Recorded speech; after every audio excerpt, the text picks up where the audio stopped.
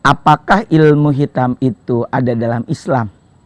Sebagai sebuah ilmu tentu tidak dibenarkan dalam Islam praktek ilmu hitam itu.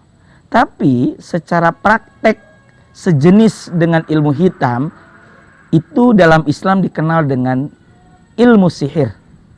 Mayoritas ulama Ahlus Sunnah wal Jamaah berdasarkan dalil Al-Quran seperti surah Al-Baqarah ayat 102, juga hadis-hadis sahih.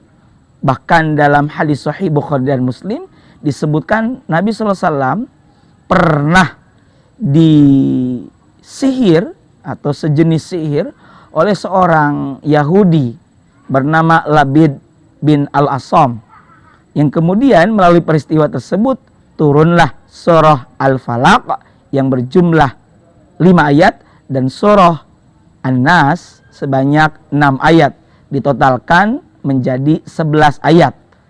Dan memang media dalam sihir itu adalah berupa satu gulungan yang diikat dengan 11 ikatan. Ketika Nabi membaca surah Al-Falaq sampai surah An-Nas 5 tambah 6 total 11 ayat, maka 11 ikatan itu pun menjadi lepas. Dan atas izin perkenan dari Allah Ta'ala, Nabi pun menjadi sembuh.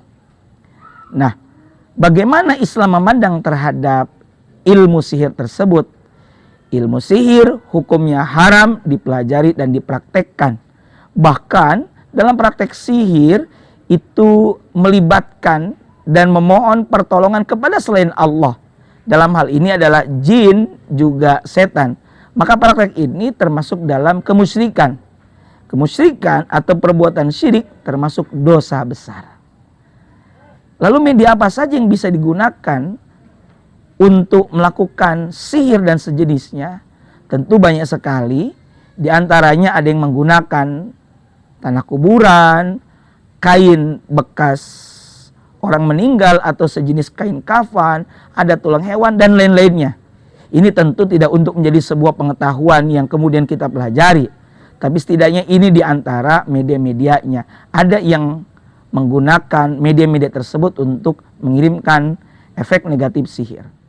Penting untuk diketahui betapapun orang hebat dengan aneka macam ilmu sihir dan kehebatan dan pengaruh buruk daripada sihir itu, bahwa itu semua tidak akan bisa mengalahkan kekuatan Allah Subhanahu wa Ta'ala. Karena itulah kita hendaknya senantiasa membentengi diri. Satu, hati kita, akidah kita dibentengi dengan senantiasa iman kepada Allah Subhanahu wa Ta'ala. Yang kedua, senantiasa memohon perlindungan kepada Allah Ta'ala. Kita bisa melakukan ruqyah mandiri seperti yang dicontohkan oleh Nabi. Nabi memberikan teladan dan sekaligus menganjurkan kita membaca ayat kursi, yaitu surah Al-Baqarah ayat 255, kemudian surah Al-Ikhlas, surah Al-Falaq, surah An-Nas. Kemudian ditiupkan ke dua telapak tangan beliau dan diusapkan seluruh anggota tubuh beliau. Bahkan ketika beliau sakit, yang melakukan ini adalah Sayyidah Aisyah, lalu diusapkan kepada tubuh Rasulullah SAW. Kita juga bisa membentengi diri diantaranya dengan doa-doa, bacaan-bacaan yang diajarkan oleh Nabi. Yang ini semua sebenarnya sudah disusunkan dan diarahkan oleh para ulama. Misalnya dalam Al-Ma'thurat, dalam Rotibul Haddad, Rotibul Attos, dan kumpulan wirid dzikir lainnya. Misalnya ada bacaan yang diajarkan oleh Nabi, A'udzu bikalimatillahi tammati min syarri ma khalaq. Aku berlindung kepada Allah dengan firman-firman Allah yang sempurna dari segala keburukan, kejahatan makhluk. Juga Nabi mengajarkan kita untuk membaca Bismillahilladzi la yadurru ma'asmihi syai'un fil ardi wala fis sama'i wa huwas sami'ul alim.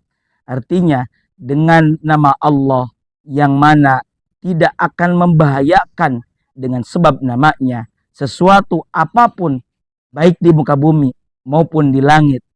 Wa huwas sami'ul alim, dan dialah Allah yang maha mendengar lagi maha mengetahui.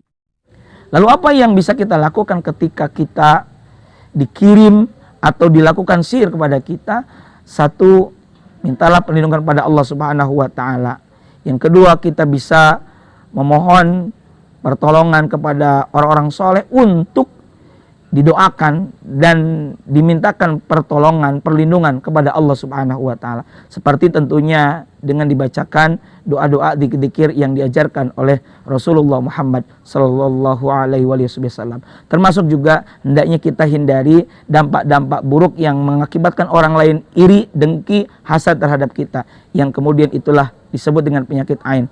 Bersikaplah tawadhu, rendah hati, jangan menimbulkan dampak-dampak buruk seperti hasad orang lain kepada kita, seperti kita memperlihatkan kelebihan-kelebihan kita yang kemudian mengundang hasad, iri, dengki dari orang lain, benci orang lain kepada kita, yang kemudian naudzubillah min dzalik, orang tersebut melakukan tindak ilmu hitam, sihir kepada kita. Naudzubillah min dzalik. Bisakah ilmu hitam itu merenggut nyawa seseorang? Memang sejenis sihir ini bisa berpengaruh kepada fisik, yang kemudian jika kita tidak mengobatinya bisa berdampak buruk. Karena dari itu, sebagai bentuk pencegahannya, senantiasalah dzikir, bersihkan hati, mohon perlindungan, pertolongan kepada Allah Subhanahu wa taala, seperti yang telah dicontohkan oleh Nabi sallallahu alaihi wasallam.